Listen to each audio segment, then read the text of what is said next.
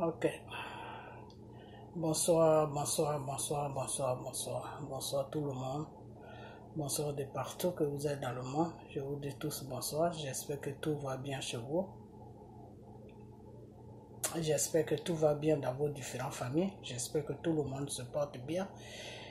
J'espère que tout va bien. Ok? Voilà.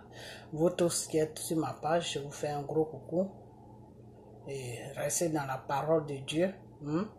Car c'est la parole de Dieu qui est le bon chemin à suivre. Ok? Voilà. Dieu est vérité. Il faut toujours suivre sa parole pour que tu sois dans chose, comment on appelle ça? Dans la vérité de Dieu. Ok? Voilà. Donc soyez toujours dans la parole de Dieu. Ok? Car le Seigneur te dit marche selon ma volonté. La volonté de Dieu c'est quoi? La volonté de Dieu c'est tout ce qui est dans sa parole. Voilà. Ok? Voilà. La parole de Dieu, ça ne veut pas dire que comme tu es une chrétienne ou tu es un chrétien, tu dois dire tout, tu dois dire oui, oui, oui, oui, oui, oui à tout. Non. Non. Tu ne dois pas dire oui, oui, oui, oui, oui, oui à tout. Ok? Voilà. Tu as le droit de t'exprimer. Tu as le droit de te fâcher. Tu as le droit aussi de dire non quand il faut dire non. Tu as le droit de... Il faut avoir un caractère. Voilà, c'est tout. C'est même pas la peine que je cite.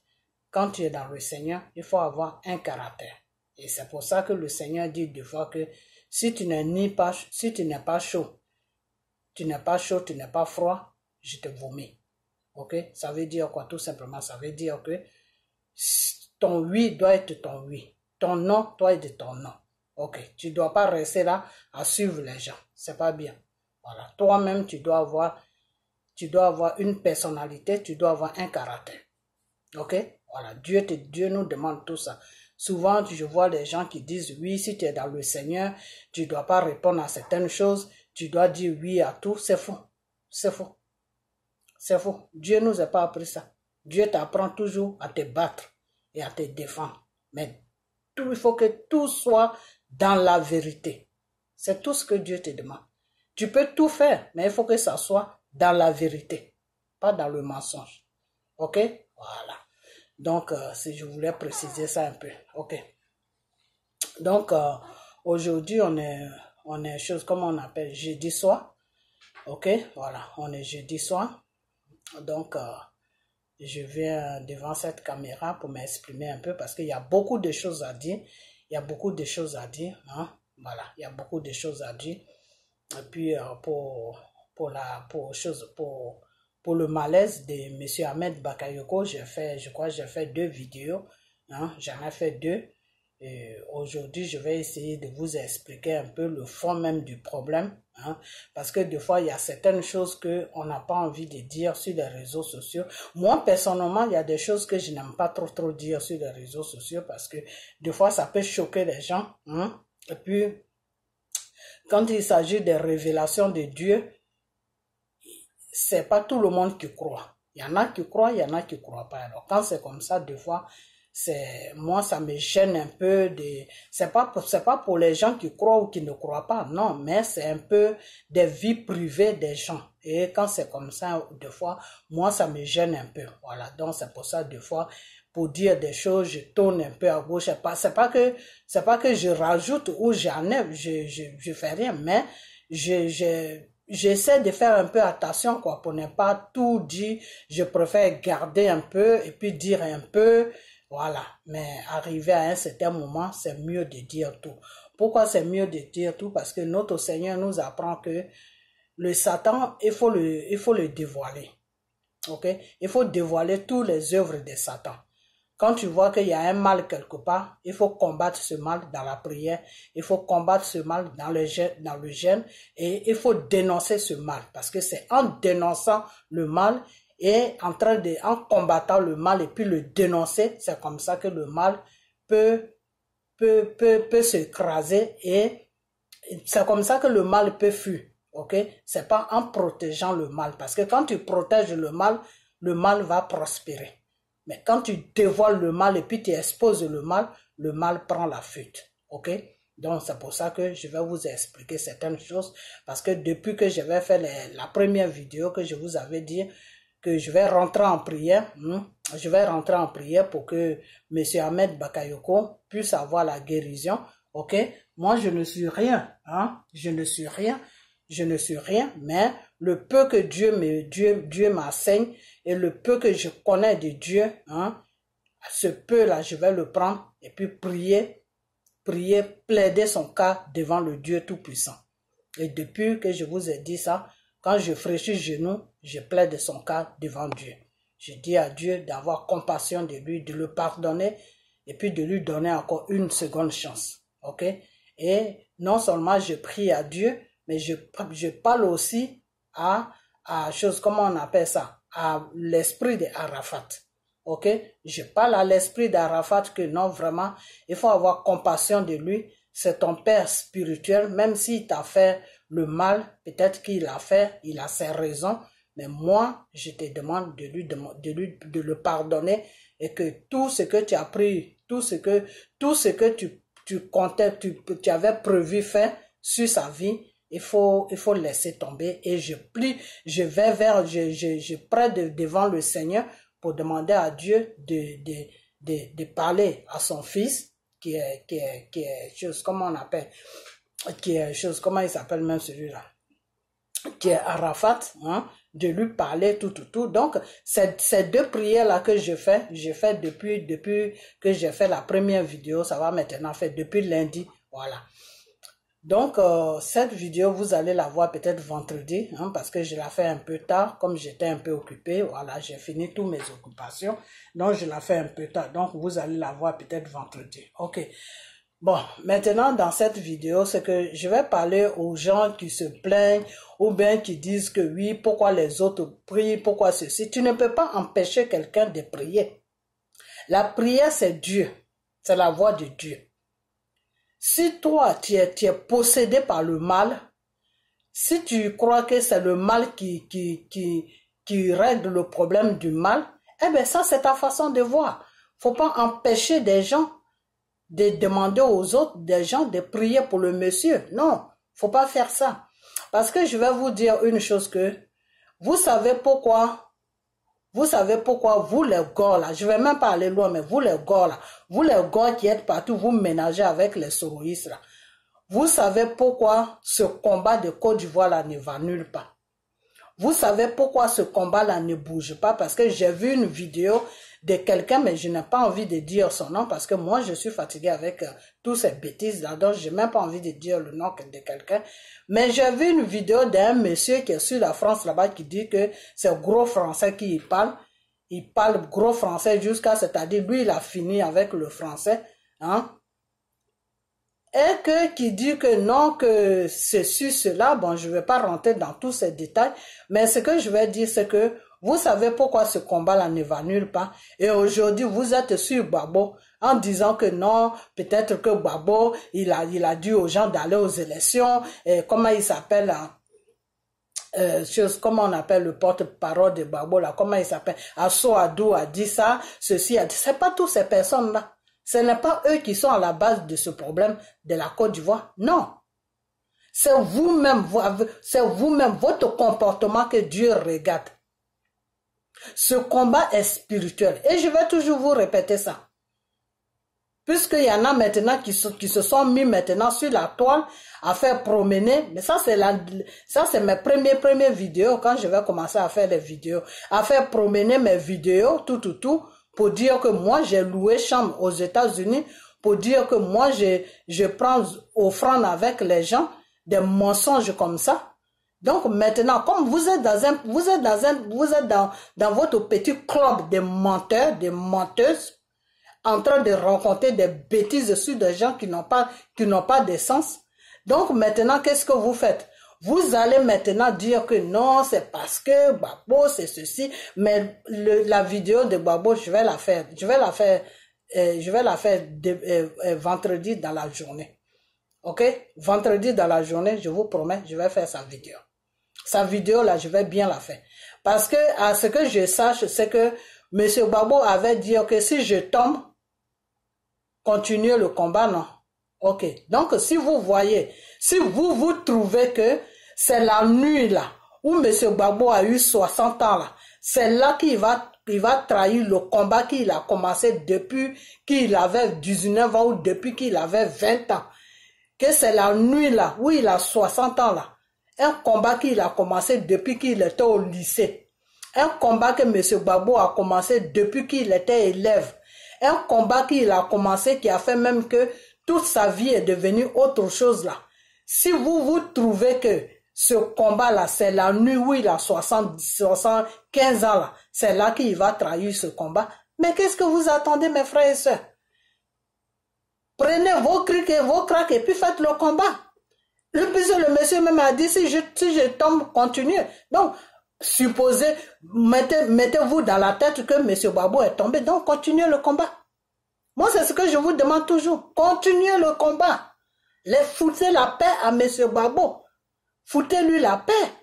Que oui, il a trahi, il a fait ceci, il a fait cela, il veut rentrer, il a fait un arrangement, il avait son passeport depuis longtemps, il a changé son passeport pour rentrer encore, mais laissez-le tranquille. Vous êtes des hommes comme lui, non? Voilà. Vous dites que vous avez 40 ans, non? Ok. Donc, lui, quand il a commencé le combat de Côte d'Ivoire, il avait 20 ans. Mais vous avez le double de l'âge que lui, il avait avant, quand il a commencé à lutter avec Oufoué.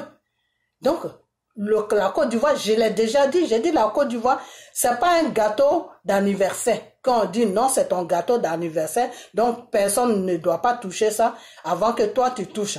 Maintenant, c'est toi qui vas donner l'autorisation aux autres de toucher. Non, la Côte d'Ivoire n'est pas un gâteau d'anniversaire. La Côte d'Ivoire est un pays de tous les Ivoiriens. Donc, si vous voyez que, d'après vous, M. Gbagbo est en train de trahir le combat, eh ben, dépassez-le et puis continuez votre combat. Foutez-lui la paix. Ok? Foutez la paix à M. Gbagbo. Ok? Donc, je ne vais pas trop ménager cette vidéo, mais demain, je viens sur vous. On va décortiquer le problème de M. Gbagbo. Et puis, là, maintenant, vous êtes en train de faire des trucs, oui, femme capable, ceci capable. On va décortiquer tout ça parce que quand une femme est capable, là, elle n'a pas besoin d'un homme. Parce que Dieu, là, il a donné l'autorité à l'homme. Et il a dit à l'homme, toi, la femme, voilà ton mari. Tu dois lui donner l'obéissance. Tu dois obéir à ton mari. Marie, toi, tu dois prendre soin de ta femme. Donc, si la femme est devenue maintenant un homme pour être capable, il n'y a pas de problème. On va décortiquer ça. Voilà, c'est tout. On va décortiquer ça. C'est tout. Ok?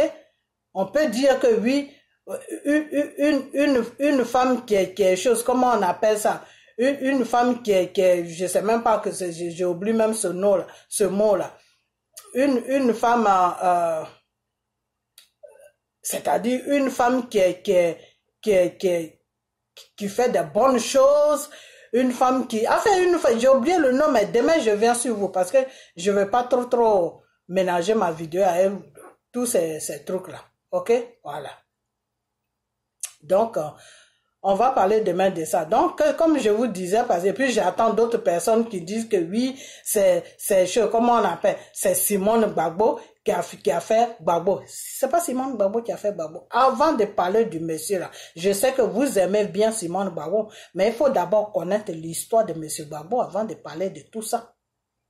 Vous êtes en train de séparer les deux. Je sais même pas c'est quel rôle vous êtes en train de jouer dans la vie de cette femme-là. C'est quel rôle que vous êtes en train de jouer dans la vie de cette femme? Moi-même, je ne sais pas. Ok? Donc, quand j'apprends, je vois les vidéos qui disent que oui, c'est Simone qui a fait Gbagbo. Ce n'est pas Simone qui a fait Gbagbo. Gbagbo a commencé sa politique quand il était à l'école. Gbagbo, là, il a commencé sa politique quand il était à l'école. Il était au lycée ou à l'université quand il a commencé sa politique. Et quand il a commencé sa politique, il n'était même pas encore avec Simone. Ok? Quand Gbagbo a commencé à courir avec Oufoué, là, il était avec la mère de Michel Gbagbo. Ok? C'est quand il a commencé vraiment à se faire remarquer par le public ivoirien et le public africain, c'est là que sa politique a commencé vraiment à avancer. Peut-être c'est là qu'il a rencontré Simone. Ok? Voilà. Et quand il a rencontré Simone, il était toujours avec sa femme blanche, c'est-à-dire la maman de Michel Gbagbo. Ok? Parce qu'ils sont mariés légalement. Gbagbo et la maman de Michel Gbagbo, ils sont mariés légalement. Ok? Voilà. Donc, quand il a vu aussi, il a vu que les Simone avaient des idées politiques, tout. Et elle a proposé. Si vous dites qu'elle a proposé quelque chose, oui, je peux vous comprendre. Ok? C'est-à-dire, Gbagbo même, il était dans son mouvement avec Oufoué. Il était dans son mouvement avec la France. Et c'est Simone qui l'a trouvé dans ce mouvement-là. Et quand Simone l'a trouvé dedans, et puis ils ont commencé à recruter d'autres personnes, les 3 personnes, ils sont 5 personnes. Et ils ont commencé à prendre les 3 personnes pour se rajouter avec eux, le monsieur qui est mort là. Comment il s'appelle même, j'ai oublié son nom. Et ils ont commencé à prendre toutes ces personnes-là et puis ils se sont rajoutés avec eux pour dire que non, on veut créer un parti politique. Et c'est là que Simone a donné l'idée à pourquoi est-ce qu'on ne créait pas un parti politique au lieu de faire la politique. Parce que eux, ils faisaient la politique dans la bouche comme ça, ils allaient voir les gens, ils donnaient les idées, tout. Et c'est là que Simone a dit à Gbagbo, mais pourquoi est-ce qu'on ne crée pas un parti politique? C'est là que Gbagbo a dit que, ah, j'ai pensé à ça, mais je n'ai pas les moyens. Parce que pour créer un parti politique, il faut l'argent. Je n'ai pas les moyens. Et Simone a dit, d'accord, il n'y a pas de problème. On va mettre ça dans la main de Dieu et puis on verra bien comment on va faire. Mais il nous faut un parti politique. Et c'est à partir de là que l'idée est venue dans le groupe pour créer un parti politique qui est le FPI. Ok? Donc c'est elle qui a mené, c'est elle c'est même pas elle qui a amené l'idée, parce que Gbagbo, il avait déjà l'idée, il avait cette idée de créer un parti politique. Mais pour le moment, il était en train de recruter les Ivoiriens. Il partait en France, il parlait de ce qu'il veut faire sur la Côte d'Ivoire, s'il est président, des trucs comme ça. Mais il n'avait pas encore la tête à faire un parti politique. Donc c'est quand Simone est rentrée dans les mouvements qu'elle les a dit, ah, mais pourquoi on ne crée pas un parti politique? Et Gbagbo a dit, oui, j'ai pensé à ça, mais on n'a pas les moyens. Comment on va faire? On n'a pas les moyens. Et c'est là qu'elle a dit, bon, on va avoir les moyens, mais il faut qu'on pense à créer un parti. Et c'est comme ça que c'est parti. C'est comme ça que c'est parti. Donc, quand Simone a donné cette idée, oui, pourquoi on ne crée pas un parti politique, c'est là où Gbagbo a dit que non, j'ai pensé à ça, mais on n'a pas les moyens. Et c'est quand maintenant, Gbagbo est parti en France, il a eu des problèmes à Oufoué, il a fui, il est parti en France. C'est là qu'il allait rencontrer ses amis qui sont dans la politique, qui sont en France là-bas aussi, qui sont dans la politique. Et il les a fait cette proposition que, ah, vraiment, je veux créer mon parti politique. On est 5. Il y a Simone, il y a chose, comment il s'appelle même celui-là même qui est mort. Bon, moi, je connais pas tous les noms. Et qu'on est 5 personnes et que on veut créer, je vais créer mon parti politique. Mais je suis avec des gens, je suis pas seul. Et c'est là que le gouvernement français, qui est le gouvernement de Mitterrand, quand eux, ils ont entendu ça, c'est là qu'ils ont fait la proposition à Gbagbo que non, si tu veux, on va te financer pour ton parti. Et Gbagbo a dit, bon, vous me financez, en retour, vous me demandez quoi? Vous me financez comme ça dans le vide, waouh, c'est quoi? Parce que Gbagbo, lui, il connaît très bien les Français. Il connaît très bien le gouvernement français, puisqu'il a des amis qui sont dans le gouvernement français. Ok? C'est là que il a appris par ses amis là que ils veulent le gouvernement va te financer, mais s'ils te financent, je crois que ils vont t'utiliser pour pouvoir faire tomber au feu, pour faire un coup d'état sur la Côte d'Ivoire et puis toi, Gbagbo, te déposer au pouvoir. Et Mitterrand même a eu un entretien avec Gbagbo et Mitterrand a dit ça à Gbagbo que non, je vais te financer pour ton parti politique. Il paraît que tu veux créer un parti politique mais tu n'as pas les moyens. Gbagbo a dit oui, il dit non, je peux te financer mais à condition que on va renverser Félix Houphouët-Boigny et puis on va te mettre à sa place. Une fois que tu auras créé ton parti, nous, on va t'aider à venir au pouvoir. Et c'est là que Gbagbo a dit non, que lui, il ne veut pas. Il veut pas parce que lui, s'il crée son parti pour pouvoir travailler avec les Ivoiriens, c'est pas pour travailler avec la France. Ok? Donc, quand il a tenu tête à la France, après il a refusé la proposition que la France, le gouvernement français lui proposait pour créer son parti. Il a refusé ça. Donc, quand il a refusé ça et que les Français, eux, ils ont vu que c'était l'homme qui pouvait s'affronter, qui pouvait affronter au fouet, ils ont dit d'accord. Comme il a refusé, il ne peut plus, tel qu'on le connaît là, il peut jamais accepter notre argent. Donc, qu'est-ce qu'on va faire? C'est là qu'ils ont vu Blaise l'ancien président burkinabé là. C'est là qu'ils sont rentrés en contact avec Blaise pour dire à Blaise que chaque fin du mois, nous, on va te donner 20 millions de francs CFA. Tu appelles Gbagbo, tu fais un arrangement avec lui, que oui, toi, tu vas financer son parti politique, mais en retour, voilà ce que tu demandes. Tous les Burkinabés qui sont en Côte d'Ivoire là-bas, ils n'ont qu'à tous rester là-bas, ils n'ont qu'à les donner la nationalité française. Si un jour il devient président, il n'a qu'à tous les donner la nationalité française, non, la nationalité chose ivoirienne, et que toi, tu ne veux pas que ces Burkinabés-là quittent la Côte d'Ivoire pour venir au Burkina, pour qu'ils viennent au Burkina, parce que la mentalité ivoirienne et la mentalité burkinabé, c'est pas pareil. Quand ils quittent en Côte d'Ivoire, ils ont une mentalité qui est trop ouverte, et que lui, Blaise, ça ne l'arrange pas. Pardonnez. Donc, c'est ce qu'il a dit à Gbagbo. Donc, Gbagbo a dit, d'accord, il n'y a pas de problème. Burkina, Côte d'Ivoire, on est pareil. Si tu peux me financer mon parti, tu peux me financer pour créer mon parti.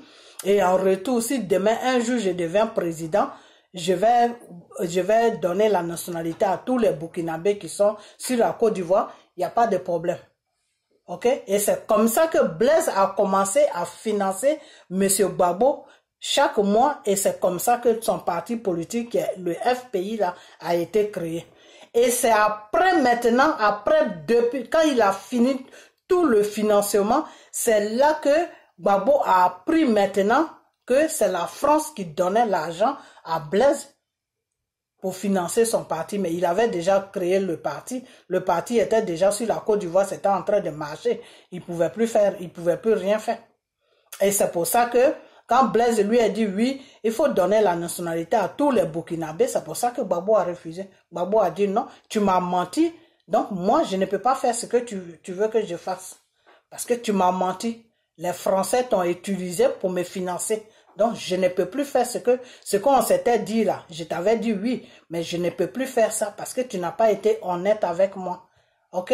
Et pourquoi est-ce que des fois, quand les gens disent oui, le Burkina a financé le parti politique de Gbagbo, pourquoi est-ce que Blaise ne parle pas? Blaise ne peut pas parler parce que l'argent là, c'était pas pour le Burkina, c'était pas pour Blaise aussi. C'était le gouvernement français qui donnait l'argent là à Blaise pour que Blaise donne ça à Gbagbo, parce que les Français savaient très bien que si eux-mêmes ils donnaient ça à Gbagbo, Gbagbo allait refuser, parce qu'ils ont fait beaucoup de propositions à Gbagbo. Gbagbo a dit que non, si c'est vous seulement votre argent là, je préfère ne pas avoir de parti politique. Ok? Voilà. Donc, quand vous ne connaissez pas l'histoire de quelqu'un, c'est bien. Vous êtes dans son combat. Vous avez marché tout. Il n'y a pas de problème. Mais ça ne vous donne pas le droit aussi de mentir sur son passé. Parce que son passé là, nous qui avons fait toute notre vie en France là, on la connaît. Le passé de Gbagbo là, on connaît ça. Et moi, je vous ai toujours dit que le premier fils de mon père là, il était avec Oufou. Donc, l'histoire de Gbagbo, là, moi, je connais. Je sais à quel moment Simone est venue dans la politique ivoirienne. Enfin, je sais à quel moment Simone est rentrée sur Gbagbo. Simone est rentrée sur Gbagbo quand Gbagbo était marié déjà avec la mère de Michel Gbagbo. Ok? Voilà. Donc, c'est pas Simone qui a fait Gbagbo. Non, Gbagbo était en train de lutter pour sa politique. Il était en train de lutter. Moi, quand j'ai connu Gbagbo, Gbagbo n'était pas avec Simone. Quand moi j'ai connu Gbagbo, Gbagbo était avec Michel, avec la mère de Michel Gbagbo. Ok? Et Gbagbo était dans la politique. C'est comme ça que moi je l'ai connu. Pourquoi? Parce que mon grand frère était dans PDCI. Donc il faisait des combats politiques avec mon grand frère. Et quand Gbagbo, moi, quand mon grand frère me l'a présenté, il n'était pas encore avec Simon. Il était avec sa femme blanche, là, la maman de Michel Gbagbo. Ok? Voilà. Donc, à la mer ici, là, il partait pas là-bas pour manger à locaux. Hein. Il partait là-bas pour discuter, pour parler de sa politique. Ok, voilà. Donc, à cette époque-là, Simone n'était pas encore avec lui. Donc, arrêtez de nous emmerder. Arrêtez de rencontrer chaque jour des mensonges qui n'ont pas de sens, tout. Si vous dites que Simone l'a aidé dans la politique, c'est normal. Voilà. Parce que c'est comme quelqu'un qui est là, il a une idée pour créer une compagnie. Il a une idée pour créer une société, mais il pense pas trop à ça parce qu'il est en train de faire autre chose. Il est en train de courir partout, tout. Mais lui-même, il s'est mis dans sa tête que il va créer ça. Quand Gbagbo a commencé la politique, il se battait avec Houphouët, il faisait tout, il disait aux élèves de barrer toutes les routes en Côte d'Ivoire, de bloquer les transports. Vous croyez qu'il allait rester comme ça? C'est sûr qu'il allait créer un parti politique. Il allait créer un parti politique, mais lui, il se demandait, compte tenu qu'il n'avait pas les moyens, il se demandait comment il allait créer le parti politique. C'est tout. Même Houphouët même l'a proposé beaucoup d'argent, mais lui, il ne voulait pas prendre l'argent de Houphouët pour créer son parti politique. Donc, il était toujours en train de chercher comment il va faire pour créer son parti politique. C'est là que Simone est rentré dans leur groupe et Simone a proposé ça. Ah, mais si on créait un parti politique, Gbagbo a dit oui, on pense à créer un parti politique, mais le problème c'est que on n'a pas les moyens. C'est tout. Donc, arrêtez de nous emmerder pour dire que non, c'est Simone qui a fait Gbagbo. Simone a fait Gbagbo. Nous, quand on a connu Gbagbo et puis il se battait à la main ici, là, il n'était pas avec Simone, il était avec la maman des choses de Michel Gbagbo. Vous ne connaissez pas les trucs parce que vous avez marché pendant 10 ans pour le monsieur, vous rentrez sur sa vie, vous rencontrez des mensonges, vous rencontrez des trucs qui n'ont même pas de sens. Non, celui-là se lève, non, Gbagbo veut trahir le combat, il a parlé avec Ahmed Bakayoko, il a parlé avec ceci, il a parlé avec cela. Vous savez où Gbagbo a commencé son combat là? Obama là, il a appelé Gbagbo jusqu'en fatigué. Si Gbagbo n'a pas trahi chose, comment on appelle la Côte d'Ivoire, pour dire aux Américains que, ah, moi, tout ce que je veux là, si vous me donnez ça, moi je laisse le pouvoir. Si Gbagbo n'a pas fait tout ça, et puis il s'est rendu ridicule à cause de vous les Ivoiriens là, si c'est comme ça que vous le remerciez là, il n'y a même pas de problème, mais je vais venir sur vous. La prochaine vidéo c'est pour vous, mais là je vais m'arrêter là. Okay? Il n'y a même pas de problème. Continuez seulement avec Gbagbo. Continuez à dégrader le monsieur. Continuez à faire comprendre aux gens que non, le monsieur ne peut plus rien faire, tout. Continuez à faire tout ce que vous avez envie de faire. Gbagbo qui est là, son combat qu'il est en train de faire là, c'est un combat de Dieu. Donc, continuez à le dégrader. Ok? Je vous encourage même de le faire. Ok? Voilà. Comme vous ne connaissez pas Dieu, c'est pour ça. Sinon, si vous connaissez Dieu là, vous n'allez même pas dégrader ce monsieur là. Parce que Dieu là, lui quand il t'a choisi pour faire un travail là, tous ceux qui sont un problème pour toi là, tous ceux qui te mettent les bâtons dans les roues pour ne pas que tu te concentres sur le travail que Dieu t'a donné là, tout cela, un matin Dieu là, il les frappe. Dieu, c'est parce que vous ne connaissez pas Dieu, c'est pour ça que vous jouez avec le problème de Gbagbo. Mais moi je vous conseille de continuer. Mais la prochaine vidéo, je vais bien vous expliquer. Donc arrêtez de nous mentir parce que nous on connaît l'histoire de Gbagbo, on sait comment Gbagbo a commencé dans la politique jusqu'à puis il est arrivé là. Ok, donc rencontrez vos bêtises à les RDL là, peut-être c'est eux qui connaissent pas. Voilà. Sinon nous là, on sait comment Gbagbo a commencé. C'est pas Simone qui a fait Gbagbo. Gbagbo s'est fait tout seul. Ok? Il s'est fait tout seul avec l'aide de Dieu. C'est tout. Et puis Simone est venu se rajouter dessus. C'est tout. Ok? Voilà. Et c'est pour ça que quand Simone va partout là, c'est avec le nom de Gbagbo qu'on la reçoit. Si elle enlève le nom de Gbagbo sur son nom là, il n'y a personne qui va la regarder. Ça c'est moi. Je vous dis ça toujours, non? Et je vais toujours continuer à vous dire ça. C'est pas parce que j'ai quelque chose contre elle, mais c'est ce que vous dites que je réponds. Ce que vous amenez comme vacherie, des trucs qui n'ont même pas de sens là. C'est ça que je réponds. La prochaine vidéo, je viens sur vous. Ok? Voilà. Donc, ce soir, excusez-moi, je suis arrivé trop loin avec toutes ces bêtises là. Ce soir, on va parler un peu des choses, comment on appelle, de monsieur Ahmed Bakayoko. Le problème de monsieur Ahmed Bakayoko, c'est quoi? Je vous avais dit que monsieur Ahmed Bakayoko avait tous les problèmes de Arafat. Moi, c'est pas pour l'accuser, mais je dis ce qui s'est passé. Avec tous les problèmes de Arafat, monsieur Arafat avait décidé de se venger de sa mort. Voilà. que la personne qui l'a fait du mal là, venez chercher la personne. Ok? Voilà. Donc, chaque chose a un temps. Ok? Quand quelqu'un est mort qui doit se venger, vous ne connaissez pas le temps, mais la personne qui va venir se venger là, lui, il connaît à quel temps il va venir tomber sur la personne pour se venger. Vous comprenez? Voilà. Et tout ça, c'est des trucs qui sont spirituels. Vous comprenez? Voilà. Donc, c'est un truc comme ça. Mais maintenant, le problème qui est là, c'est que le problème spirituel, quand tu n'es pas connecté avec Dieu, avec le Saint-Esprit qui est Jésus, tu ne peux pas comprendre beaucoup de choses. C'est pour ça que des fois, vous ne comprenez pas trop beaucoup de choses.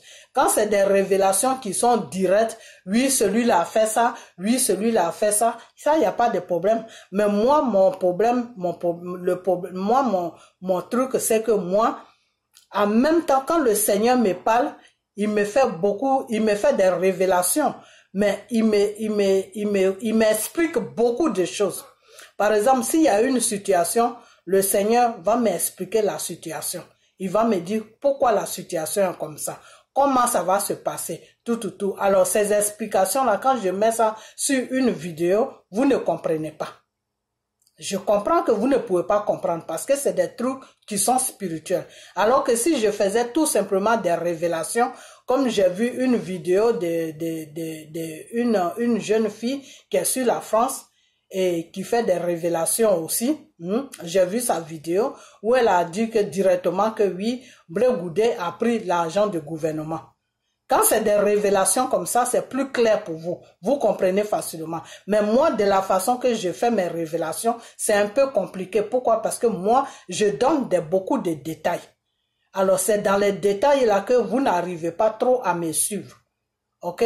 C'est dans les détails que vous n'arrivez pas trop à me suivre. Par contre, si je dis par exemple que oui, M. Arafat est mort et que c'est chaud, comment on appelle M. Ahmed Bakayoko, je ne l'accuse pas. Mais moi, c'est ce que le Seigneur m'a dit, que c'est lui qui est responsable de sa mort. Ça là, vous pouvez comprendre ça facilement. Maintenant, les détails qui sont derrière, pourquoi il a fait ça, si je rentre dans ça, vous ne pouvez pas comprendre. Mais c'est parce qu'il y a eu des détails qu'il a fait ça. Il ne s'est pas levé comme ça un matin pour le faire. Il l'a fait parce qu'il y a quelque chose qui s'est passé. Ok? Voilà. C'est comme si quelqu'un te disait que oui, je sais même pas quel exemple je vais prendre. Ok. On peut jamais dire que oui, cette personne, par exemple, c'est comme si quand tu empoisonnes quelqu'un parce qu'il y a quelque chose. Tu te lèves pas comme ça pour empoisonner quelqu'un. Non. Tu empoisonnes quelqu'un parce qu'il y a quelque chose. Ok? S'il n'y a pas quelque chose, tu ne peux pas te lever comme ça, boum, empoisonner quelqu'un. Si c'est comme ça, il y a beaucoup de gens qui allaient mourir parce que dans les restaurants où on va acheter la nourriture et puis on mange, tu connais pas la personne là-bas, la personne peut mettre des trucs dans ta nourriture. Donc c'est juste pour vous faire comprendre que on ne se lève pas un matin comme ça pour tuer quelqu'un ou pour enlever la vie à quelqu'un ou pour empoisonner quelqu'un pour faire ceci. Il y a toujours un but derrière. Et moi, quand le Seigneur me parle, il me parle de ce que la personne a fait et il me parle aussi du pourquoi la personne a fait ça. Ok? Donc moi, je suis dans les révélations en profondeur. C'est-à-dire mes révélations vont trop loin. Ok? Donc si tu ne fais pas attention, tu peux pas comprendre ce que je dis. Ok? C'est pour ça que des fois mes vidéos sont trop longues. Les gens qui font des révélations qui viennent juste pour dénoncer. Par exemple, pour la jeune fille, ce qu'elle a dit, je peux dire la même chose. Dire que non, Blé Goudé, c'est un traître. Blé Goudé est avec le gouvernement de Dramane Ouattara. Je peux dire ça seulement, puis je m'en vais. Mais si je dis ça, et que vous êtes des personnes qui réfléchissent, vous allez comprendre, mais Blé Goudé a fait un combat avec M. Gbagbo. Il a fait beaucoup de choses que nous, on a vues. Qu'est-ce qui va le pousser jusqu'à puis il va aller composer avec Dramane? Vous comprenez? Pour quelqu'un qui est normal, c'est la question qui va se poser. Donc, quand Dieu il t'envoie une révélation, Dieu te donne tout, Dieu te dit toujours pourquoi la personne a fait ça. Ok? Donc, c'est ce genre de révélation que moi, Dieu me fait. Quand Dieu me donne une révélation, Dieu va me dire, c'est cette personne qui a tué cette personne. Et après ça, Dieu va me dire pourquoi la personne a tué la personne. Ok? Donc, c'est pour ça que mes vidéos sont longues. Par contre, ceux qui ont des révélations de Dieu, que Dieu leur dit tout simplement, oh, Bré Goudé est avec le gouvernement qui est sur la Côte d'Ivoire. Et puis c'est tout, ça s'arrête là. Maintenant, pour que la personne rentre dans les détails maintenant, il faut que la personne demande à quoi à Dieu, mais pourquoi il a trahi le combat. Et puis Dieu, s'il veut, il peut parler. S'il veut aussi, il peut ne pas parler. Mais moi, quand Dieu me parle, Dieu enchaîne jusqu'à la racine où le problème a commencé jusqu'à puis arriver là.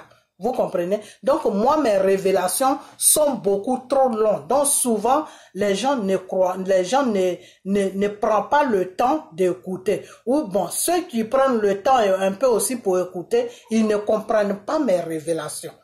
OK? Donc, des fois, les gens disent, oh non, elle raconte n'importe quoi. Non, c'est pas faux, elle raconte pas n'importe quoi. Je vous parle vraiment de ce que Dieu me dit. OK? Voilà. Donc, voilà pourquoi, c'est pour ça que je vous ai expliqué ça. Ok, ce que la jeune fille a dit, ils m'ont envoyé sa vidéo, ce qu'elle dit est vrai, parce que la parole de Dieu se confirme toujours. Ce qu'elle dit est vrai. Bré Goudé, j'ai toujours parlé de Bré Goudé, mais quand je parle de Bré Goudé, je vais pas à fond. Des fois, quand je parle même dans mes vidéos, je dis, toi, le Bré Goudé le traite. Tu peux pas traiter quelqu'un de traite s'il n'a rien fait.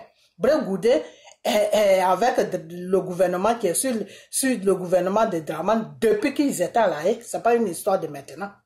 C'est depuis qu'ils étaient à La Haye qu'il y a eu le problème des poisons pour lequel où je me suis chamaillé avec monsieur Johnny Patioko. C'est à partir de là que Bré Goudé a commencé à trahir déjà Gbagbo, parce que Bré Goudé était à La Haye sur mission.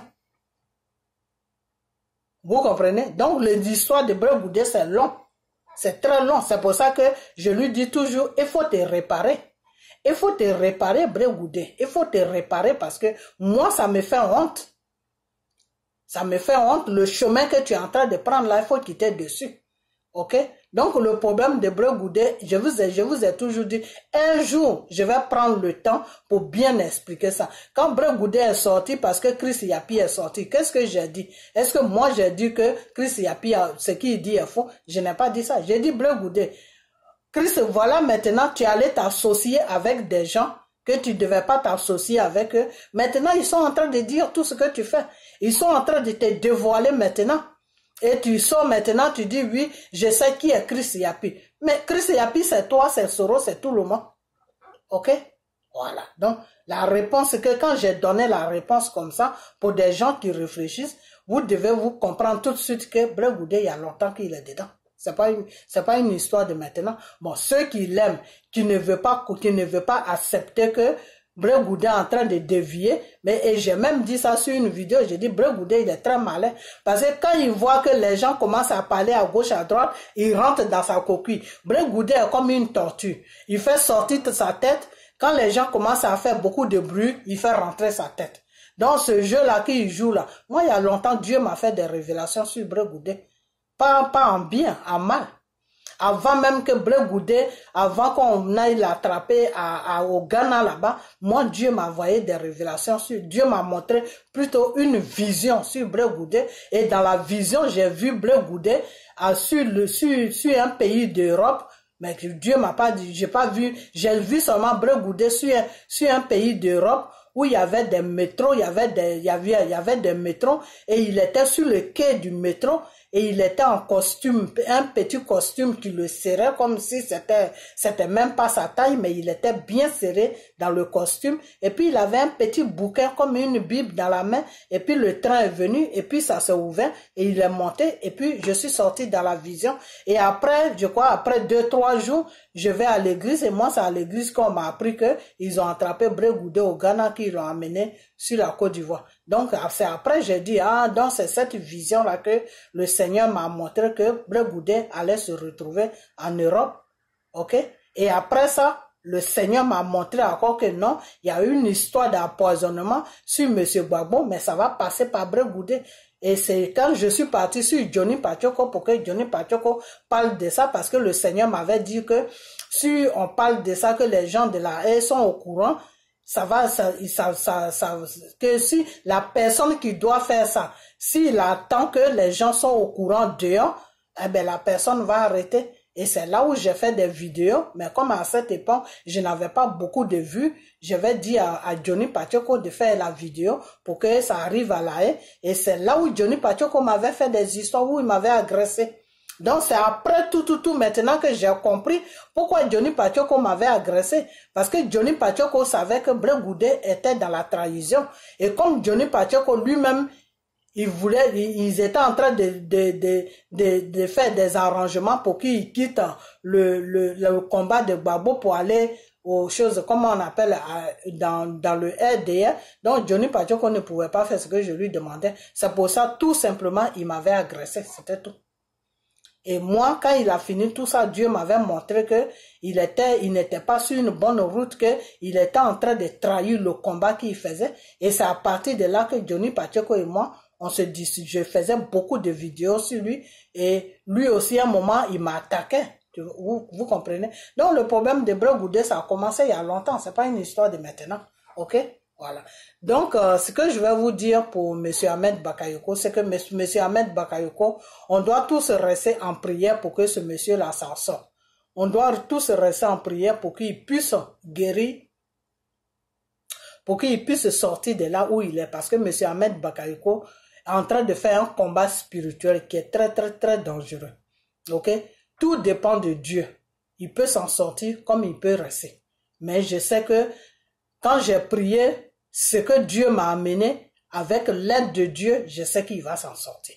Parce que le début, quand je vais prier, les sensations que j'ai eues, ce n'est plus les mêmes sensations que j'ai maintenant. Les sensations que j'ai, c'est comme si Dieu me disait que ça va aller. Donc, je reste sur cette base-là de ça va aller. Ok? Et moi, je suis toujours dans ma prière. Ok? Donc, ce que je vais vous dire, c'est que le problème de comment on appelle, monsieur Ahmed Bakayoko, il est malade. Lui-même, il avait déjà une maladie en lui. Maintenant, il y a un autre problème qui est venu se tomber dessus, Le problème qui est venu tomber dessus, c'est quoi? C'est que quand il y a eu monsieur Arafat qui est mort, je ne sais pas vraiment comment vous dire ça, mais je ne veux pas rentrer dans certaines choses qui ne sont pas trop jolies à attendre. Mais ce gamin, il a été un sacrifice pour que ces gens-là puissent garder le pouvoir sur la Côte d'Ivoire. Ok? Voilà. Donc, qui était bien placé pour faire ce travail-là? C'était M. Ahmed Bakayoko. Pourquoi? Parce que c'était son fils spirituel. Quand tu déclares que l'enfant est ton fils spirituel et l'enfant aussi déclare que tu es mon père spirituel, dans le spirituel, tu as une connexion avec la personne. C'est comme si la personne était vraiment ton fils. Donc, tu as le droit sur la vie de la personne. Ok? Et c'est ce droit-là que le monsieur, il avait sur Arafat. Ok? Donc, quand ça a commencé à chauffer, quand le gamin s'est retiré dans les trucs où il était avec eux, quand il s'est retiré de là-bas, ils ont commencé maintenant à le poursuivre parce que le gamin savait beaucoup de choses. Ok? Voilà. Maintenant, eux, quand ils ont vu, ils ont demandé des trucs au gamin, de leur donner des armes. Le gamin a dit que lui ne peut pas donner des armes. Que lui, vraiment, c'était pas sur cette base-là que ils ont commencé. Que lui, il ne peut pas donner des armes. Bon, bref. Et tout ça, c'est fini. Donc, après, maintenant, lui qui est malade là, lui, il poursuivait maintenant le jeune homme. Pourquoi? Parce que, dans les trucs là, c'est une famille. Ok? C'est comme une famille, c'est des francs-maçons. C'est comme une famille. Donc, lui qui est couché à l'hôpital là-bas, lui, la famille là, le poursuivait maintenant pour dire que non. Le gamin là, il est au courant de beaucoup de choses. Et puis, ce qu'on lui demande, il veut pas nous donner ça. Donc, c'est lui-même qu'on veut maintenant parce que quand on a vu son étoile là est trop bon. Et que nous, ça peut nous rapporter beaucoup de choses dans le mystique. Ok, dans le spirituel. Donc, on veut ça, on le veut. Donc, maintenant, c'est le papa là, maintenant, qui faisait la connexion entre les gens là et le petit. Ok? Donc, quand le papa là, maintenant, disait au petit que non, il faut revenir. Il faut revenir et puis arrête de parler. Parce que si tu continues ce chemin là, tu mets ma vie en danger. Toi aussi, tu mets ta vie en danger. Parce que les gens avec lesquels on a commencé là, les gens avec lesquels je suis là, c'est pas des enfants de cœur. Ok? Il y a des blancs dedans, il y a beaucoup, ils sont beaucoup. C'est pas seulement les Ivoiriens, il y a beaucoup de blancs dedans. Donc, c'est pas des enfants de cœur. Donc, il faut arrêter de jouer le jeu que tu joues là. Donc, l'enfant là, lui, il ne comprenait plus rien. Il faisait n'importe quoi maintenant. Et c'est ce n'importe quoi là, eux qui les a énervés. Et les bandes, les familles là, a dit maintenant à celui qui est malade, parce que je ne vais pas dire les noms, hein, c'est pour ça que je dis ça. Donc, c'est à vous maintenant de faire travailler votre tête et puis comprendre ce que je dis. Ok. Donc, celui qui est malade là maintenant, son groupe de francs-maçons là, ils ont dit, parce qu'il y a beaucoup de blancs dedans, hein, beaucoup de blancs dedans. Donc c'est eux maintenant, ils ont dit à celui qui est malade là maintenant, pour lui dire que bon, nous on te donne, ils ont donné un petit moment, on te donne ce petit moment là, le gamin là, c'est lui-même qu'on veut maintenant. On veut plus les gens qui sont derrière lui, mais c'est lui-même, c'est sa tête qu'on veut, parce que lui, en le prenant, nous c'est bon, sur le plan mystique, nous c'est bon. Ok? Donc maintenant, le grand qui est là-bas, monsieur, comment il s'appelle même celui-là? Monsieur Alassane a dit maintenant à celui qui est malade là que est-ce que tu peux vraiment tout faire pour qu'on arrive à attraper ce monsieur-là pour faire un sacrifice? Maintenant, celui qui est malade là a dit que non, ça c'est un petit problème, c'est mon fils spirituel, c'est un petit problème. Seulement, on va essayer d'aller doucement avec lui parce qu'il ne faut pas attirer l'attention des gens. Ok? Donc, c'est sur ce chemin-là qu'ils sont restés. Quand le gamin était en train de crier sur les réseaux sociaux matin, midi, soir que vous n'allez pas me tuer, moi, Dieu me protège, j'ai Dieu avec moi, c'était de ces gens-là qu'il était en train de parler. Donc, si vous voulez, il était en train d'appeler au secours, mais il pouvait pas vraiment expliquer ça parce que lui là qui est couché, qui est malade là, l'avait dit que si tu ne te tais pas, ta vie sera à danger, moi aussi ma vie sera à danger. Donc le petit a vu qu'il s'était mis dans un truc qui était trop dangereux, mais il savait plus quoi faire. Donc il courait maintenant de marabout à marabout, en sachant que ça pouvait arranger son problème. Mais ce qu'il n'avait pas compris, c'est qu'il fallait qu'il court pour aller vers Dieu, au lieu d'aller de marabout à marabout. Parce que qui dit marabout dit Satan, dit franc-maçon. Donc, c'est des gens qui travaillent tous ensemble. Ok? Mais lui, il n'avait pas compris ça comme ça. Il savait pas ça. Ok. Donc, maintenant, celui-là qui est malade là, a rassuré maintenant toute sa bande là, a rassuré le grand monsieur qui est à la tête de notre pays là-bas, pour leur dire que non, vous ne vous en faites même pas. Votre sacrifice là, vous allez avoir ça. Ayez confiance en moi. Mais donnez-moi tout le nécessaire. Je vais payer des gens à gauche, à droite. Et puis, tout ça là, ça va bien se passer.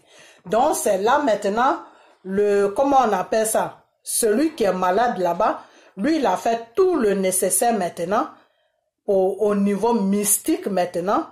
Donc, le gamin a pris sa moto et puis il est parti se jeter dans la mort. Ok?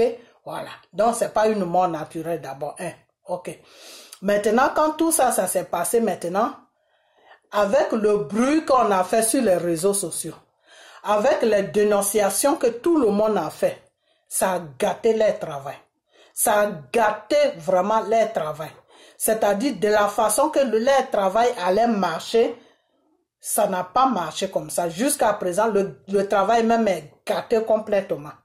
Donc, c'est ces rancunes-là que sa famille là, avec sa famille franc-maçon là, c'est cette rancune là qu'ils ont en eux. Donc ils ont dit que non, toi qui es couché à l'hôpital là-bas là, tu n'es pas capable qu'on travaille avec toi. Parce que tu nous avais promis que tu allais bien faire le travail. Regarde maintenant, tout le monde est au courant de pourquoi le petit est mort. Tout le monde rencontre partout que oui, il a servi à un sacrifice pour gouvernement. Donc tout ce que on voulait faire avec son étoile, tout le monde est au courant de ça. Et quand c'est comme ça, ça ne peut plus marcher. Parce que le Satan, une fois que tu le dévoiles, Satan n'a plus de pouvoir. Satan, quand tu le dévoiles, il n'a plus de pouvoir. C'est pour ça que Dieu nous demande de toujours dévoiler Satan. C'est pour ça que des fois, vous allez voir dans les églises, les gens qui parlent, Satan, je te purige, Satan, je te fais ça. Non, c'est pas ce que Dieu a dit. Dieu a dit, combat Satan dans la tranquillité. Combat Satan dans la prière. Dieu t'a pas dit de prendre Satan pour le puriger, pour lui marcher dessus, pour faire... Non, non, c'est pas ça. La prière, c'est spirituel. Il faut combattre Satan dans la spiritualité. Ok, voilà. Ça veut dire quoi? Ça veut dire tout simplement que il faut donner ta vie à Dieu et il faut être toujours dans la vérité devant Dieu. Et tout ce qui est péché là, tu dois fuir ça. Tu dois renier complètement le péché. Tu dois haïr le péché. C'est ça qu'on appelle combattre le Satan. C'est pas que tu es dans l'église et puis tu es en train de taper sur les murs. C'est pas ce qu'on appelle combattre Satan. Ok? Combattre Satan, c'est suivre la volonté de Dieu. Parce que une fois que tu es dans la volonté de Dieu, Satan a peur de toi. Pourquoi? Parce que Dieu est toujours, la présence de Dieu est toujours dans ta vie. Donc là où il y a présence de Dieu, Satan ne vient pas jouer là. Ok? C'est pour ça que Dieu nous dit combattez Satan, parce que Satan, c'est le mal. Combat le mal, car le mal n'est pas bien. Ok? Voilà. Donc, ça s'est passé comme ça. Donc, quand ça s'est passé comme ça, les gens qui travaillent avec lui là, eux maintenant, ils sont fâchés avec lui. Donc, ces gens-là maintenant, on dit que non, il n'est pas digne d'être avec eux parce que quand on lui confie un travail, il peut pas bien faire ça. Le gamin l'a trop fatigué et le travail qu'il a fait, ça n'a pas marché. Donc, eux, qu'est-ce qu'ils ont fait maintenant? Ils ont mis Draman là, ils ont mis M. Ahmed Bakayoko là. Ils ont dit d'accord, on doit faire un choix.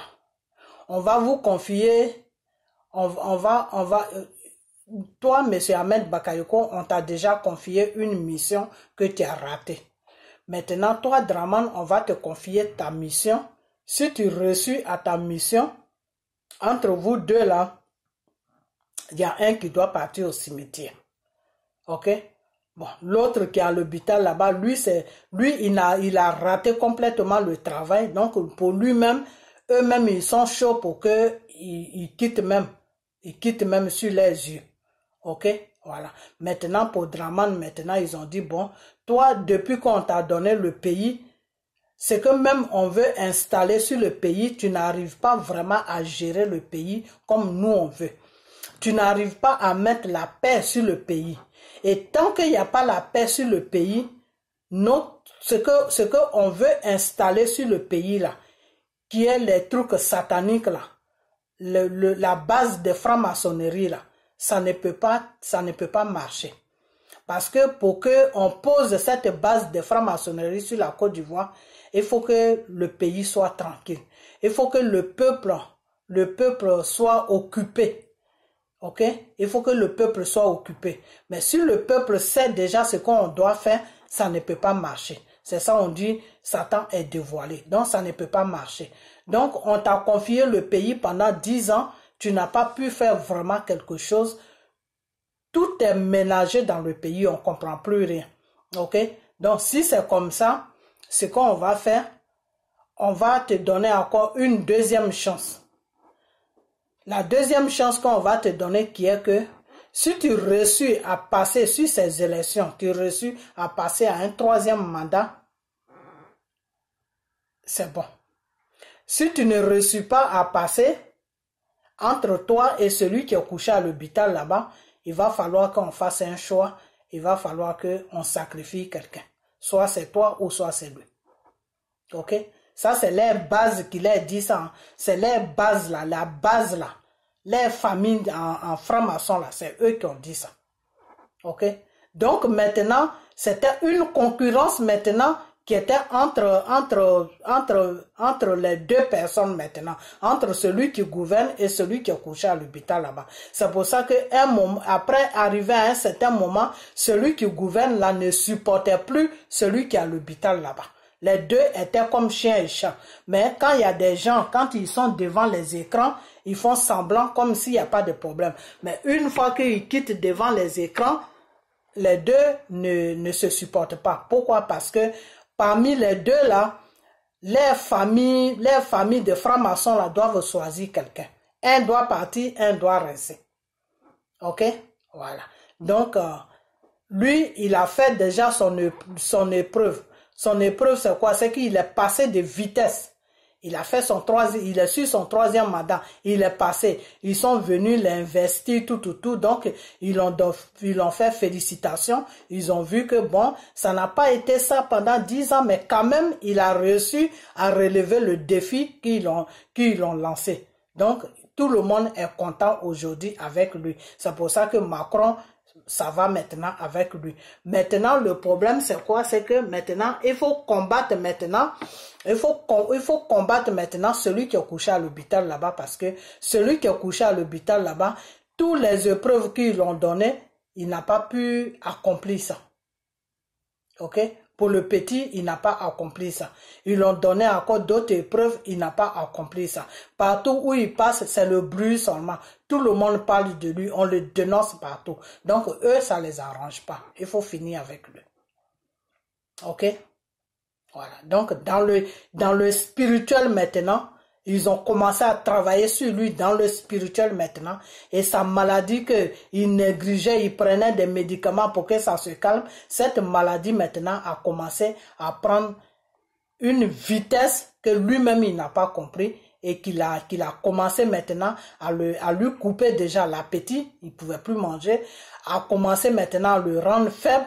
A commencé maintenant à lui donner des vertiges. Deux fois, il avait des vertiges. Il était très léger. Maintenant, il ne pouvait plus rien faire.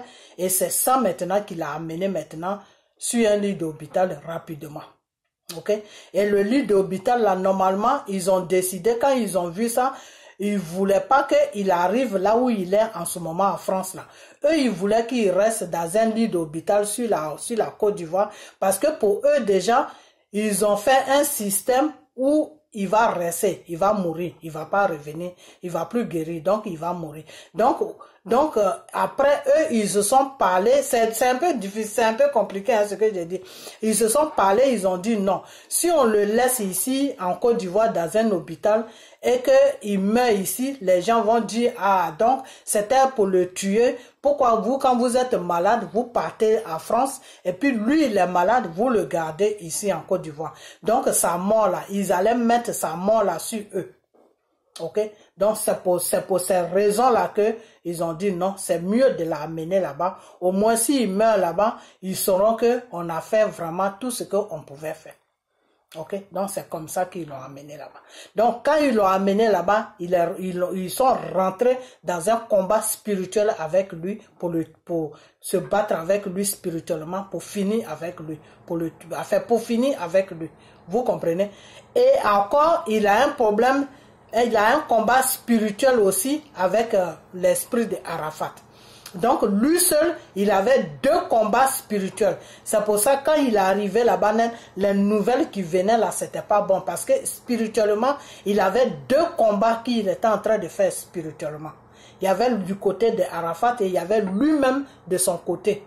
Du côté de là où ces gens avec lesquels où ils sont là, où il est là, où il a fait ces gens avec lesquels où il fait ses bêtises, les francs-maçons, eux-mêmes aussi, ils étaient en train de le combattre. Vous comprenez? Donc, comme moi je connais le problème, quand je commençais à prier, j'ai su orienter ma prière vers Arafat, vers Dieu, pour dire à Dieu, il faut calmer ton fils. Il faut parler à ton fils. Vraiment, il n'a qu'à avoir pitié de son père spirituel et pour le laisser. C'est pour ça, quand j'ai fait la vidéo, j'ai mis le père spirituel des temps. Ok? Voilà, parce que tout ça, c'est spirituel aussi. Vous comprenez? Voilà.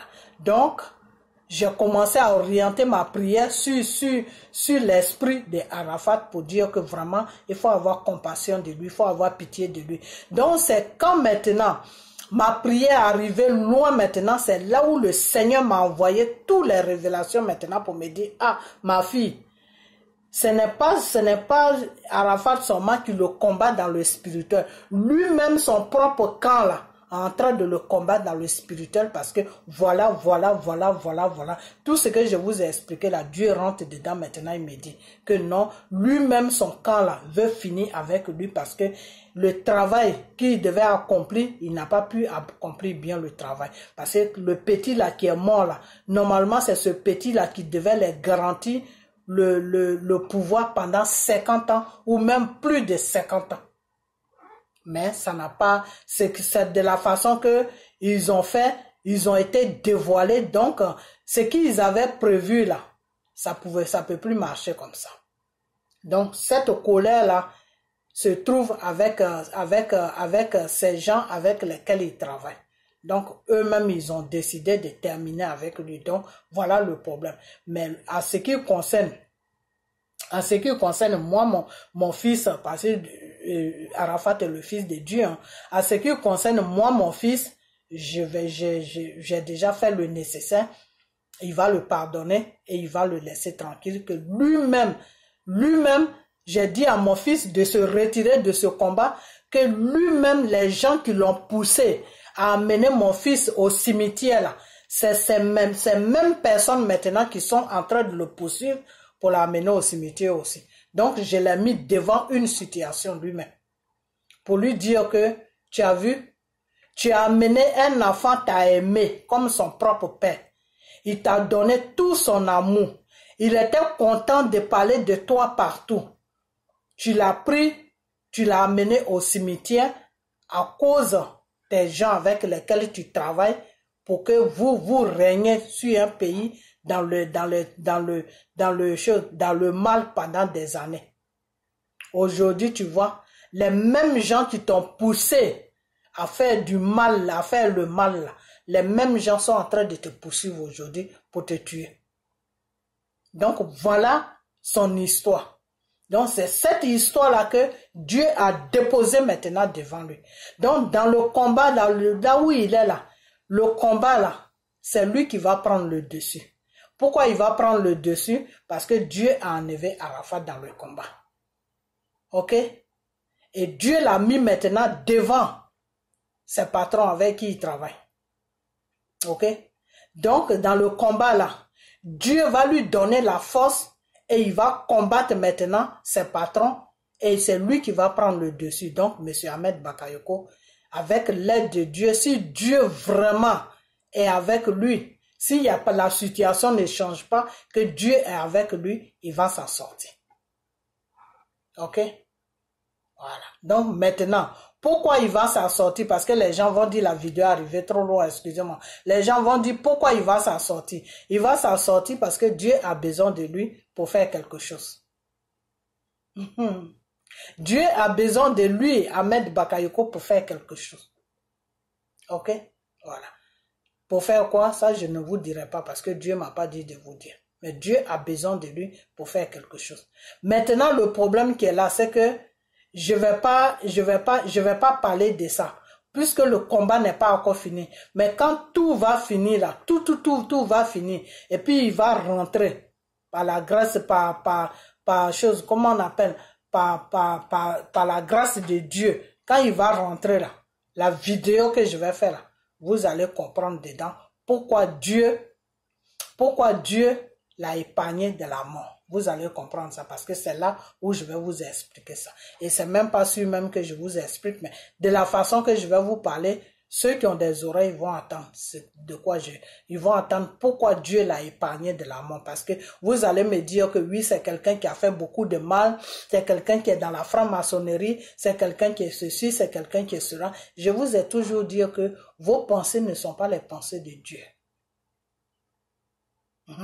Vos pensées là, ce que vous pensez là, c'est pas comme ça que Dieu pense.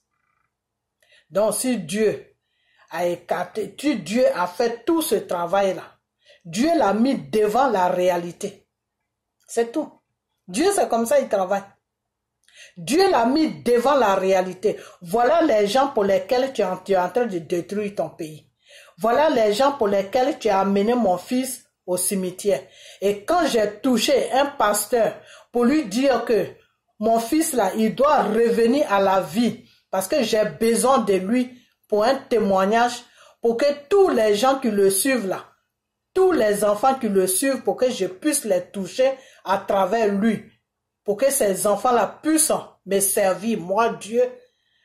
Toi, tu as dit non. Tu as fait barrage. Toi, M. Ahmed Bakayoko, tu as fait barrage. Le pasteur a tourné. Le pasteur a dit que c'est les gens d'en haut qui m'ont dit de ne pas prier pour lui. Donc, c'est vous qui êtes en haut, c'est vous qui avez dit à ce pasteur de ne pas prier pour mon fils, pour que je puisse donner la vie à mon fils. Parce que à travers mon fils là, j'allais toucher beaucoup des âmes. Tous les jeunes qui le suivaient là, ils allaient me connaître. Ils allaient me suivre. Parce que mon fils allait les ramener à moi.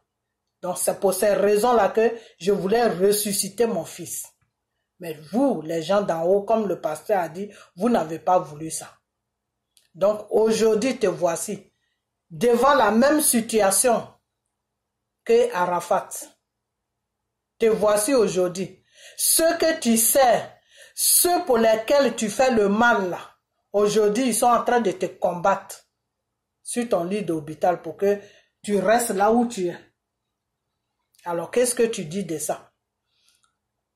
Moi, Dieu, j'ai écarté mon fils Arafat de ton affaire.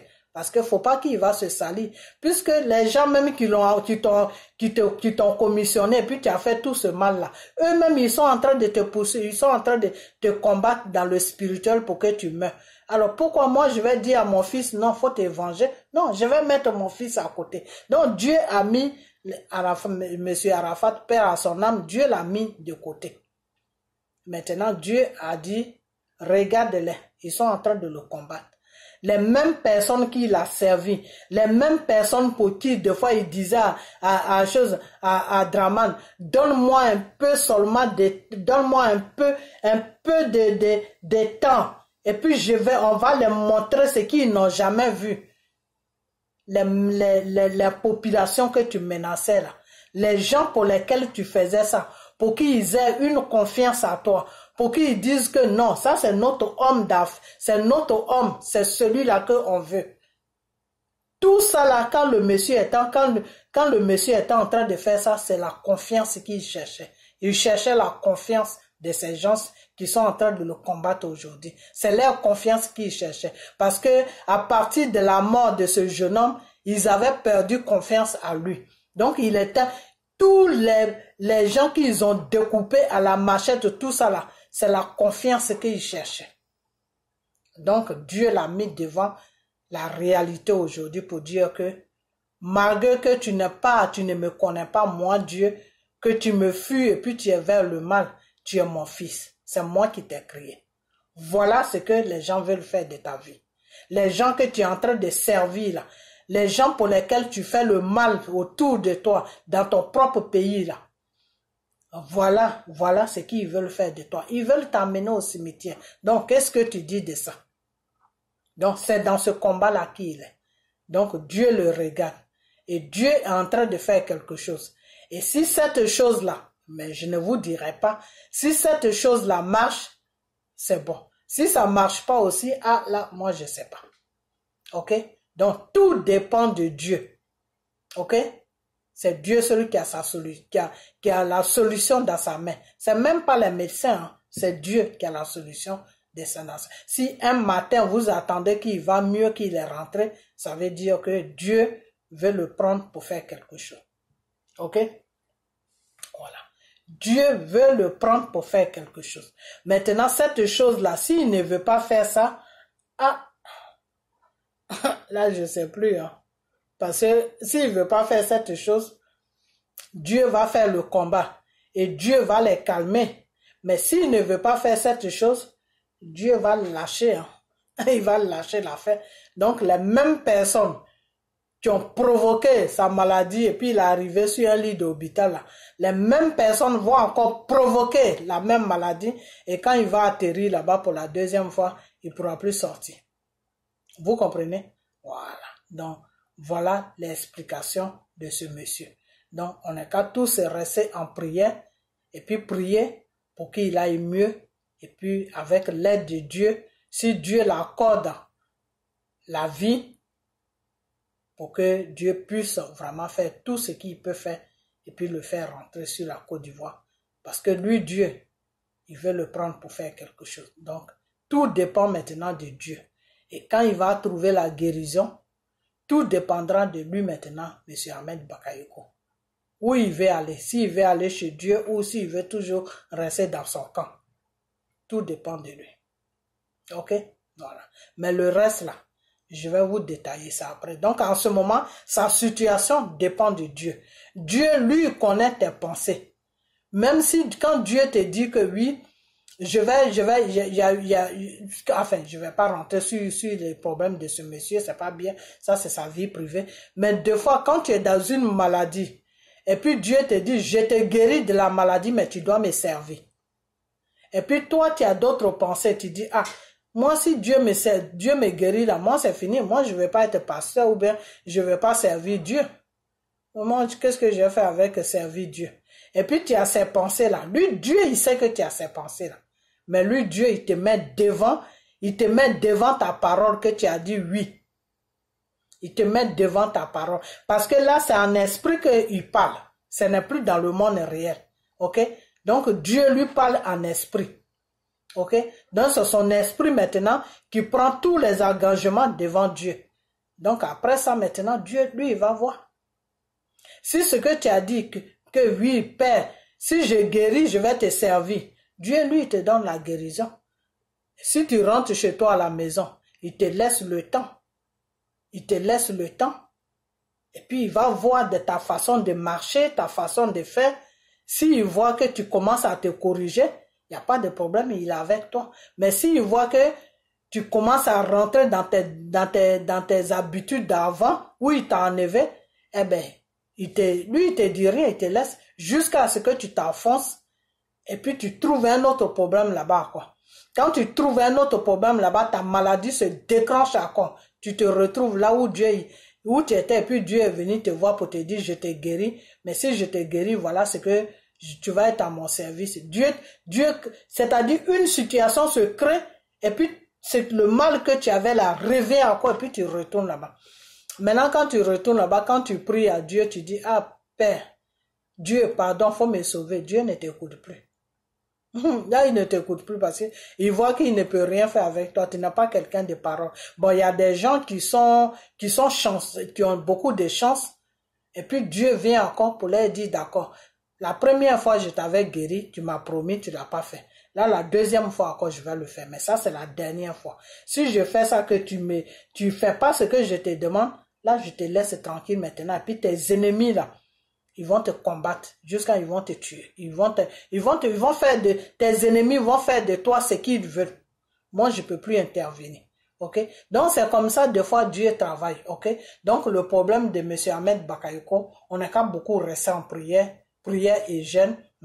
Et puis, Dieu va avoir compassion de lui. Dieu va avoir pitié de lui. Dieu va le pardonner de tout le mal qu'il a fait dans sa vie autour de lui. Et puis, Dieu va lui donner la guérison. Et puis, il va rentrer en Côte d'Ivoire. Maintenant, quand il va rentrer en Côte d'Ivoire, Dieu a une mission pour lui. C'est le mot que je cherchais parce que des fois, les mots m'échappent. Dieu a une mission pour lui. S'il ne respecte pas cette mission de Dieu, s'il n'accomplit pas cette mission de Dieu, la prochaine fois, je ne sais pas comment ça va se passer, parce que c'est pas encore fini, mais Dieu va arrêter ça. Quand le moment de Dieu va arriver, Dieu va arrêter ça. Mais si Dieu arrête ça, c'est parce que Dieu veut faire quelque chose avec lui. Donc maintenant, tout dépend de Dieu. Tout dépend de Dieu. Maintenant, s'il retrouve la santé, tout dépend maintenant de lui. Donc Dieu va l'attendre. Ok? Voilà. Donc, c'est tout ce que je vais à dire. C'est tout ce que je vais à dire. Donc, j'espère que vous m'avez compris. La vidéo est arrivée trop loin. Vous n'aimez pas les vidéos qui sont longs. Mais comme je l'ai dit tout à l'heure, que on est des enfants de Dieu, des vrais enfants de Dieu qui sont sur la toile, ou il y a des enfants de Dieu aussi qui ne sont pas sur la toile. Les vrais enfants de Dieu qui reçoivent la révélation de Dieu. Dieu a a des façons de travailler avec ses enfants, mais on revient toujours à la même base. Nous tous, on revient à la même base. Pourquoi? Parce que on a le même esprit. Ok? Voilà. Mais Dieu a beaucoup de façons de travailler avec chacun d'entre nous.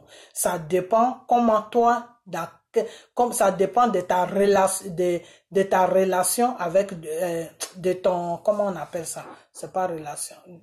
Peut-être ça dépend des choses, comment on appelle ça? Oui, la relation, ça dépend de ta relation. J'espère que c'est un bon mot, hein, pour le Seigneur. Ça dépend de ta relation avec le Seigneur. Si tu donnes plus de temps à Dieu, si tu donnes plus de temps à Dieu, si tu fais attention à tous les petits trucs, si tu suis vraiment la parole de Dieu, si tu fais vraiment la volonté de Dieu, c'est-à-dire tous les petits trucs là, si tu fais attention à ça, Dieu se révèle plus à toi. Ok? Parce que Dieu voit que tu es disponible pour lui. Il y a des enfants de Dieu aussi qui sont disponibles, mais qui n'ont pas beaucoup le temps.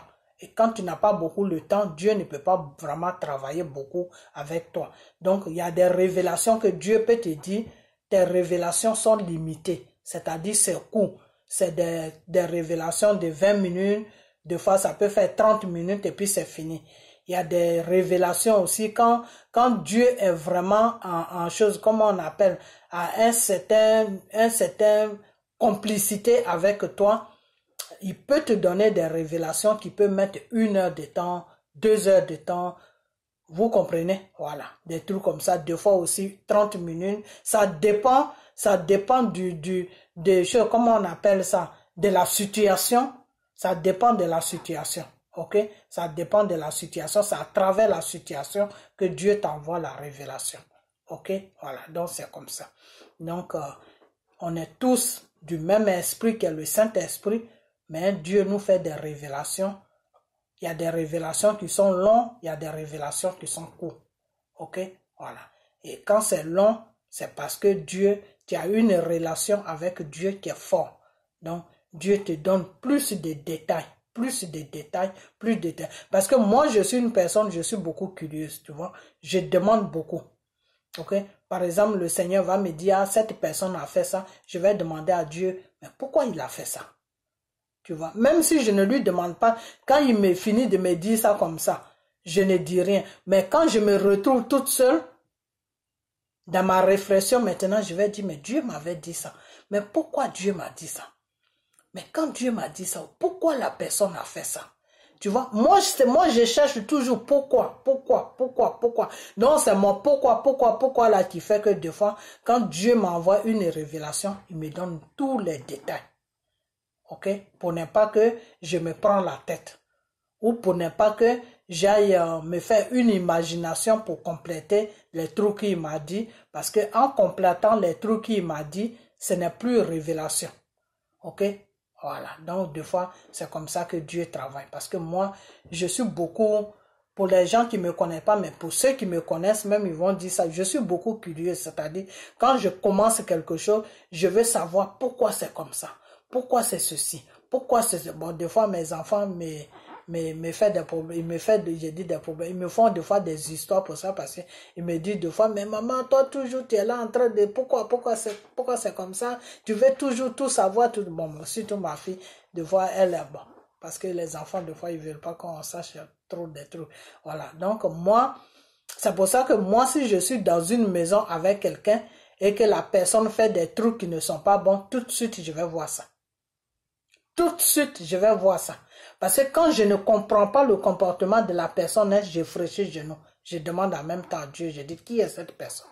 Même dans ma vie, partout, même quand je marche avec une amie ou bien avec un camarade ou n'importe qui, quand je vois que sa façon de raisonner là ou sa façon de faire ne rentre pas trop dans ma tête nette, directement je fléchis les genoux, je dis, Père, cette personne-là que je fréquente ou qui me fréquente là, ou avec qui je parle au téléphone là, qui est la personne?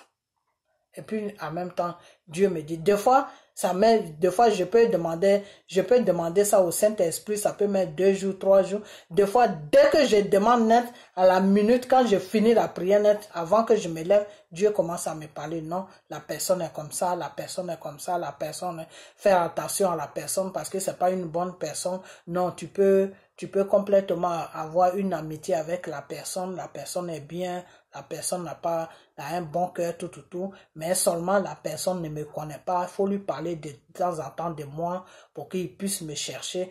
C'est comme ça que ça se passe, vous comprenez?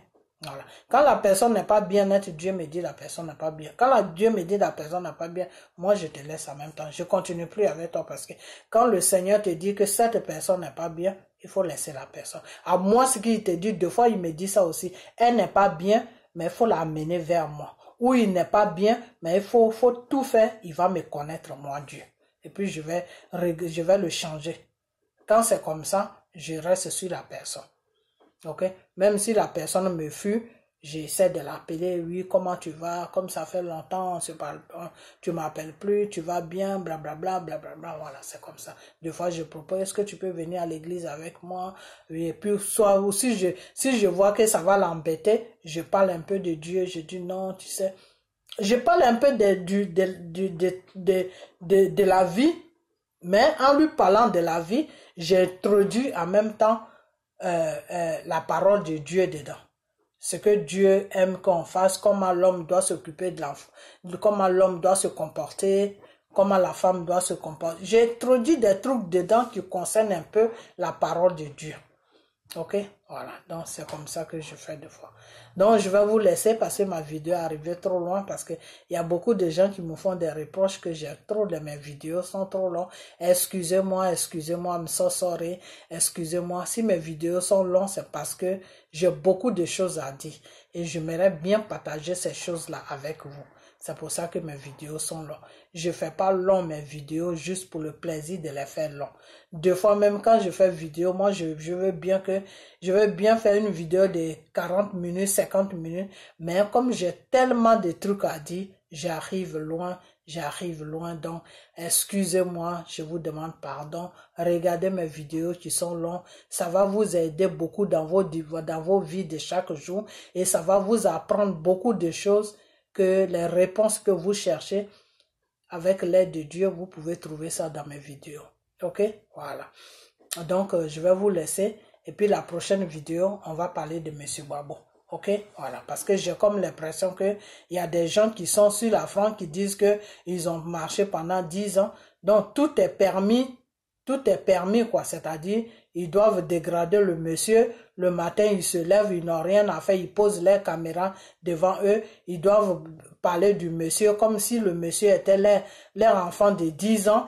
Ils doivent rencontrer du bullshit d'après les gens là. Donc, on va parler de ça. La prochaine vidéo, on va parler de ça, ok? Et puis, restez en prière pour notre frère, M. Ahmed Bakayoko, ok? N'écoutez pas les gens qui disent que non, il est comme ça, il a fait ça. On s'en fout de tout ça. C'est un frère, on doit prier pour lui. Et puis, Dieu va l'aider pour qu'il puisse trouver la guérison, ok? Tout ce qu'il a fait là, il a déjà réglé ça avec Dieu. Ça, ce n'est pas à nous de le juger. C'est à Dieu de le juger. Si Dieu même lui donne la guérison, ça veut dire que lui et son créateur, ils ont trouvé une solution. Ok? Voilà. Et si cette solution, il ne veut pas marcher là-dedans, ça c'est son problème. Mais nous, on n'est qu'à lui montrer notre gentillesse, on n'est qu'à lui montrer notre amour, on n'est qu'à le soutenir en esprit, en prière, et puis quand Dieu va voir tous ces prières-là, Dieu va lui donner la guérison. Dieu va combattre ses amis. Je dis ses amis, excusez-moi. Dieu va combattre ses ennemis et puis il va trouver la guérison. Ok? Parce que Dieu regarde ça beaucoup. Hein. Ça aussi, beaucoup dans le spirituel, c'est important. Quand tu es malade et puis il y a beaucoup de gens qui prient pour toi, le Satan qui est en train de te combattre là, pour te tuer là, il pourra rien faire. C'est toi qui vas prendre le dessus sur lui. Pourquoi? Parce que le Satan n'aime pas, il aime bien quand quelqu'un est rejeté. Quand on parle mal de la personne, ah, celui-là, il est mauvais. Non, faut même pas prier pour lui. Il faut le laisser, il n'a qu'à ce qu'il a cherché là, c'est ça. Voilà, Satan, lui, il aime ça. Parce que c'est avec ça qu'il va tuer la personne, il va enlever la vie de la personne. Et puis c'est avec ça maintenant, quand lui et l'esprit de la personne vont se présenter Dieu, c'est cette excuse-là qu'il va donner à Dieu que, mais est-ce que ton fils là même que tu dis que moi Satan j'ai enlevé la vie là, est-ce que lui-même il était aimé même sur la terre? Il n'était même pas aimé, tout le monde le rejetait. Ok? Donc quand quelqu'un est malade et puis vous priez pour lui et puis vous êtes inquiet pour qu'il retrouve la santé, ça c'est bien. Pourquoi c'est bien? Parce que dans le spirituel, il va prendre le dessus sur Satan et il va guérir. Ok? Parce que Dieu voit tout ça. Ok? Dieu voit tout ça. Si Dieu voit que son enfant, malgré toutes les bêtises qu'il fait, mais il est quand même aimé, Dieu fait un effort pour le pardonner et puis, comment on appelle, le ramener à la chose, comment on appelle, à la vie. Ok? Donc, on n'est qu'à rester dans la prière. Faut pas écouter les gens parce que c'est cette bêtise-là, c'est cette colère-là, c'est cette haine-là qui fait que toutes les bonnes personnalités sur la Côte d'Ivoire sont en train de mourir. Donc, on n'est qu'à arrêter tout ça. Ok? Voilà. La méchanceté, là, c'est pas quelque chose qui est bien. Ok? Le monsieur, tout le monde sait qui il est, mais c'est pas à nous de le juger. Ok? Nous, notre rôle, c'est de prier pour qu'il puisse sortir de là où il est. C'est tout. Maintenant, si c'est la volonté de Dieu qu'il paye ses péchés, comme il a beaucoup péché, si c'est la volonté de Dieu qu'il ne doit plus faire partie de ce monde, ça c'est la volonté de Dieu. Ça, on ne peut pas aller contre la volonté de Dieu. Mais tant que Dieu est en train de lui donner une petite chance, nous les êtres humains, on doit prier pour que Dieu puisse voir nos prières et pour que nos prières, là, Dieu puisse dire d'accord. Malgré qu'il est comme ça, mais ses frères, ses soeurs, ses mamans, tout le monde est en train de prier sur la terre. Donc, je vais lui donner la guérison et il va retourner. Ok?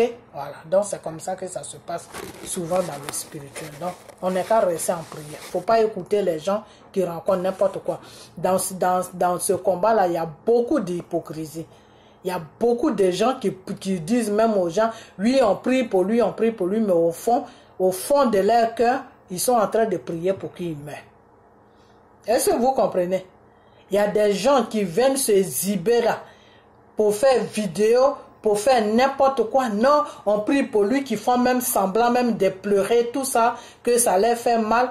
Mais au plus profond de leur cœur là, ils se disent, ah, si celui-là pouvait mourir. Ok? Mais il ne faut pas regarder tout ça.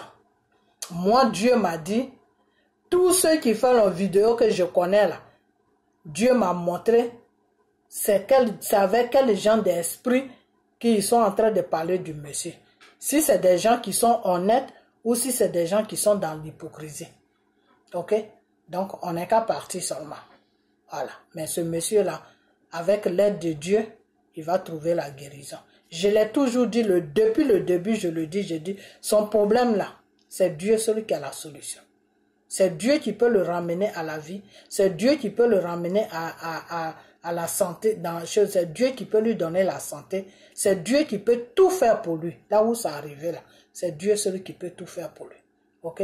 Et Dieu a pu calmer l'esprit de Arafat. Pourquoi? Parce que quand quelqu'un meurt là, il ne fait plus partie de ce monde là. Quand quelqu'un meurt, c'est Dieu seul qui contrôle la personne qui est morte. Parce que l'esprit là, c'est Dieu qui contrôle l'esprit. C'est pour ça que notre Seigneur nous dit toujours que soyez rassurés, vous mes enfants, soyez rassurés que vos âmes sont sauvées. Parce que quand ton âme est sauvée là, c'est à côté de Dieu. Donc c'est Dieu seul qui contrôle maintenant ton âme. Ce n'est pas un être humain. Donc l'âme d'Arafat là, c'est Dieu qui contrôle ça en ce moment. Donc c'est le même Dieu là qui a dit à Arafat, il faut te calmer, il faut le pardonner. Il ne sait même pas ce qu'il a fait. Regarde les mêmes personnes pour lesquelles il t'a fait ça, c'est les mêmes personnes là qui sont en train de le combattre aujourd'hui. Donc laisse-le devant ses pots, laisse-le devant la réalité. Ok? Donc à partir de là, Arafat, lui, il s'est déjà calmé. Monsieur Arafat n'a plus de problème avec lui. C'est lui-même ses propres amis là, qui sont ses propres amis francs-maçons là, c'est eux-mêmes qui sont en train de le combattre maintenant. Parce que eux, dans leur réflexion, dans leur tête, ce type-là ne doit même plus revenir sur la Côte d'Ivoire. Il doit rester là où il est. Mais c'est que ce qu'ils ont oublié, c'est que eux, ils ne sont pas Dieu. Dieu n'a pas encore dit son dernier mot. Donc, on n'a qu'à tout mettre dans la main de Dieu et on n'a qu'à rester dans la prière. Ok? Voilà. Donc, je vais vous laisser partager la vidéo. Je sais que c'est long, mais partagez. Et puis, on a bientôt. La prochaine vidéo, je viens sur les gars là pour les parler de Babo. Ils n'ont qu'à foutre la paix à Babo. C'est de ça qu'on va parler. Et surtout, puis aussi à Simone Babo. Ok? Voilà. Parce qu'ils sont en train de ménager une histoire. On ne sait même pas c'est quoi les problèmes. Voilà. Donc, la prochaine vidéo, on va parler de ça. Ok? Donc, partagez la vidéo, puis on a bientôt. Bye bye.